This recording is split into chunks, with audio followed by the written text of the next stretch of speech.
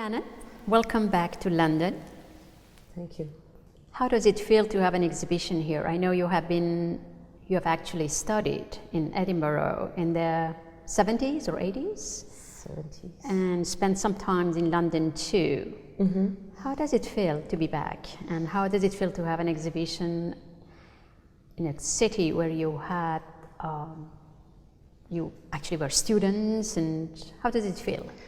It's actually, it's really almost miraculous because when I left London, it was in 1980, and I was bound to go to California to study architecture, and my aim was to become an architect.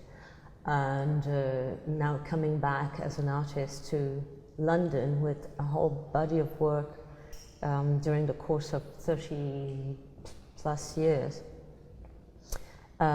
it's like going back in time, and with all the work, and to see actually most of this work left my studio maybe 25 years ago. So seeing them back again after all these years is quite amazing. My involvement with architecture was much more about recording and researching vernacular architecture in the east of Turkey, and especially those that are non-existing. I mean, they've been destroyed in the course of the years. So they were not really art photography. They were more like my research in going inside houses and talking to people. Documentary? Documentary, yes. Mm-hmm. That's the word. Right. So in architecture, basically, that really helps a lot in when you work with space in paintings.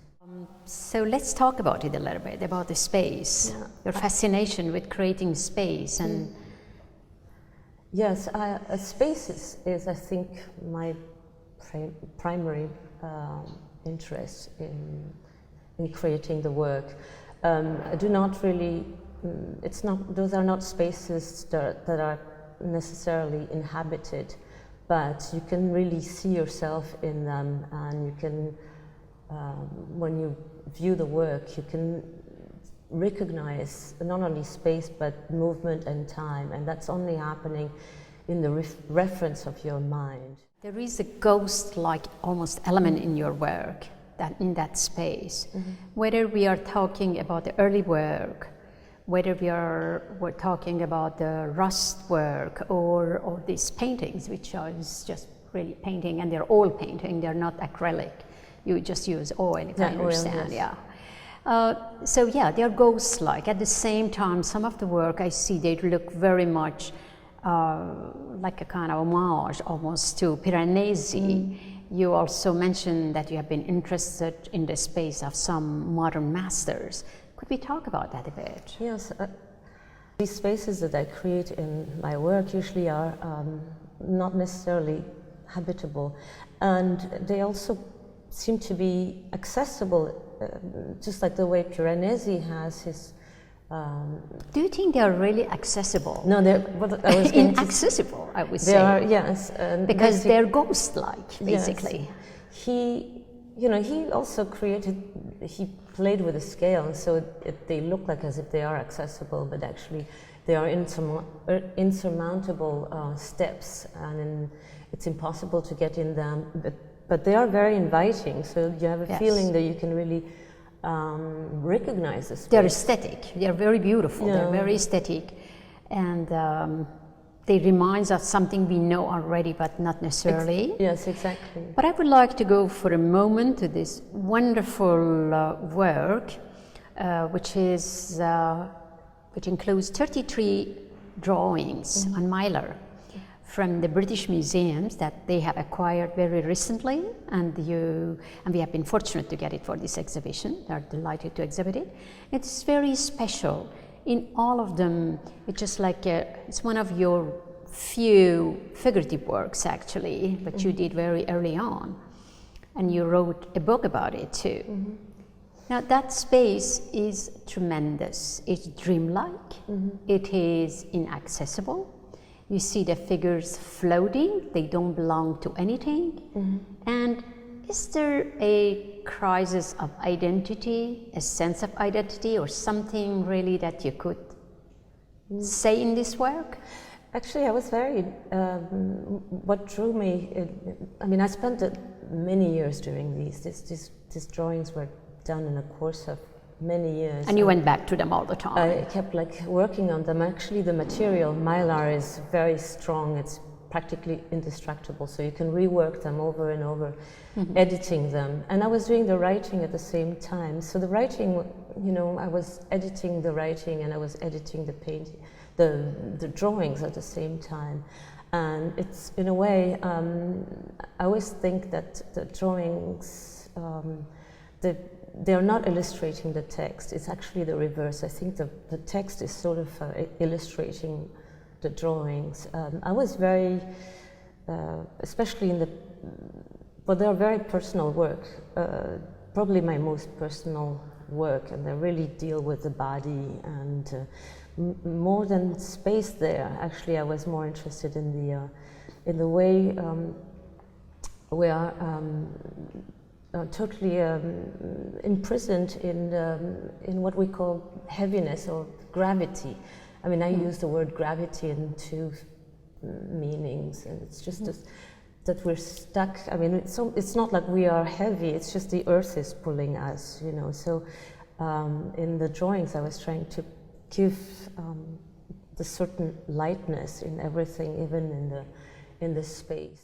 I actually work in a huge chaos. Basically, I use anything, never throw anything, and they always have a use to them. And when I was working as an architect, I was taking everything that was samples that people were using in the offices, and at that time, art material was not something that I could really acquire easily. It was expensive, and I was working long hours, and these were the things that I was doing on the side. And for me, they were the smallest livable spaces, because I was not a builder, but I was a builder of some kind of world. And but do you look at them as landscape?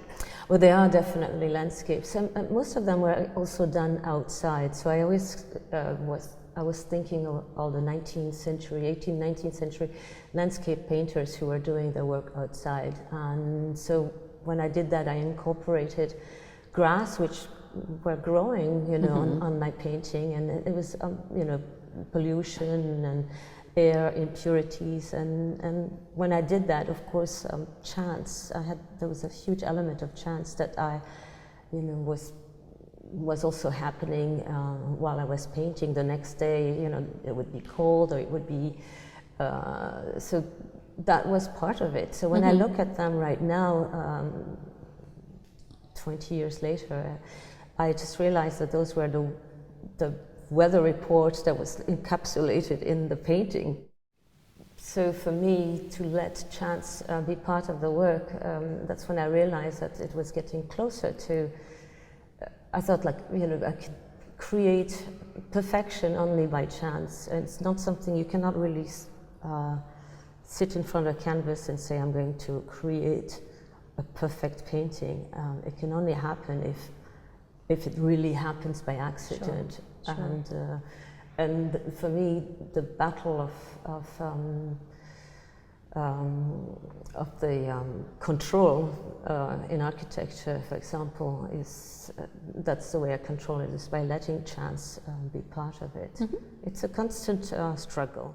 Now, in this gallery, actually, all these oil paintings, they have these fabulous spaces. They conjure up all kind of environments. How do you make these paintings, actually? Well, they are, even though they look extremely, a lot of people think that they're photographic or they're borrowed images of existing places, and actually they are totally painted, and they sort of suggest, it's almost like when you have your hand on the canvas, and there is you have a stain, and then you have a beginning of a formation, and then you sort of manipulate it until it starts looking like a photograph, or looking like it starts suggesting something, and then you let it happen, and then the story begins. It's of course not a linear story, it's totally, but you can read it as overlays and the glazing on top of each other. Each glazing modified the previous form, and it modifies the one before, and it's just many layers later you realize that, I mean, it does make it like as if it's photographs. For example, how many layers there are on this work? Just an idea. Yeah, probably 70 or 80. 70, 80? Probably, yeah. So and how long did it take you to do a work like this? it takes me about, I work really long hours and every day, so so usually, and I think about it all the time, so it's usually about 6 months to 6 a year. months, my goodness. We are doing a whole installation called Time After Time, which is the entire room, and that's really an experience for visitors. Let's talk about it for a moment. How the idea came to you to do Time After Time, and how did it relate to your Mylar work? Actually, they're very similar technically, even though Mylar is a material, as I said, that is very durable, and I use razor blades a lot. Well, razor blades and Mylar are really material that architects use a lot. I don't know. How large are they, the razor blade that you use? You know, just the little just one? the one-sided ones, and straight edges and freehand usually. Actually, when we talked about this painting, there's a lot of straight edges and wiping. I don't use razor blade on these, but it's a sort of similar technique of removing paintings rather than applying. And as I remove them, depending on the time that I use, I can vary the different tones of white. And they're fairly small, because the Mylars usually aren't the small. Yes. But because they make you want to go inside, you know, and they suggest space, Yes. I just wanted to make a space that would be totally absorbing you and be maybe, if possible, I was hoping that if I could do that with a room, and because of black and white, when you start reading the white and against the black, because sometimes you look at the white a lot more than you know, so there's a figure ground push-pull. I worked on Time After Time. Of course, that was also suggesting, time after, you know, time after time, so it would be time multiplied by time. So time, in a way, it's just like a multiplication. And you would read it as a space, and basically to be engulfed in a larger painting. What was the inspiration to do that work? Time After Time. You know, when you think about time, sometimes you think about music and scoring, and I was also thinking about when you count the days and you hope for something, you know, just like maybe in a prison, you know, scoring. The idea of scoring is also not only in music score, but also you scratch, you scratch it. And in prison cells, you know, there's like people score their days, and you read time in a linear sort of way. And I was just thinking, the reference would be in your mind. There's no reference, but when you look at it, you will see things like depending on, and the viewer is actually bringing his or her own reference. So, and time only happens in your mind, like in a film. So it has a filmic sort of quality.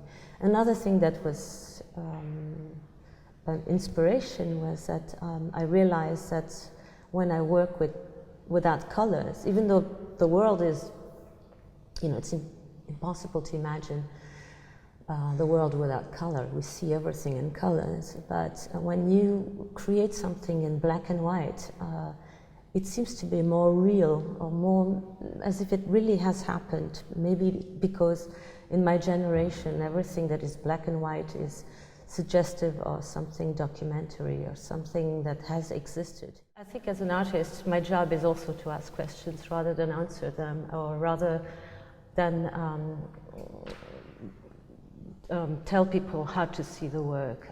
What would be, for me, the ideal, and I would think it would be hopeful for me, is to be able to offer a different way of looking at the same images and the same work. Absolutely. Each person to have a different take on it, and generate perhaps a dialogue. Dialogue, exactly.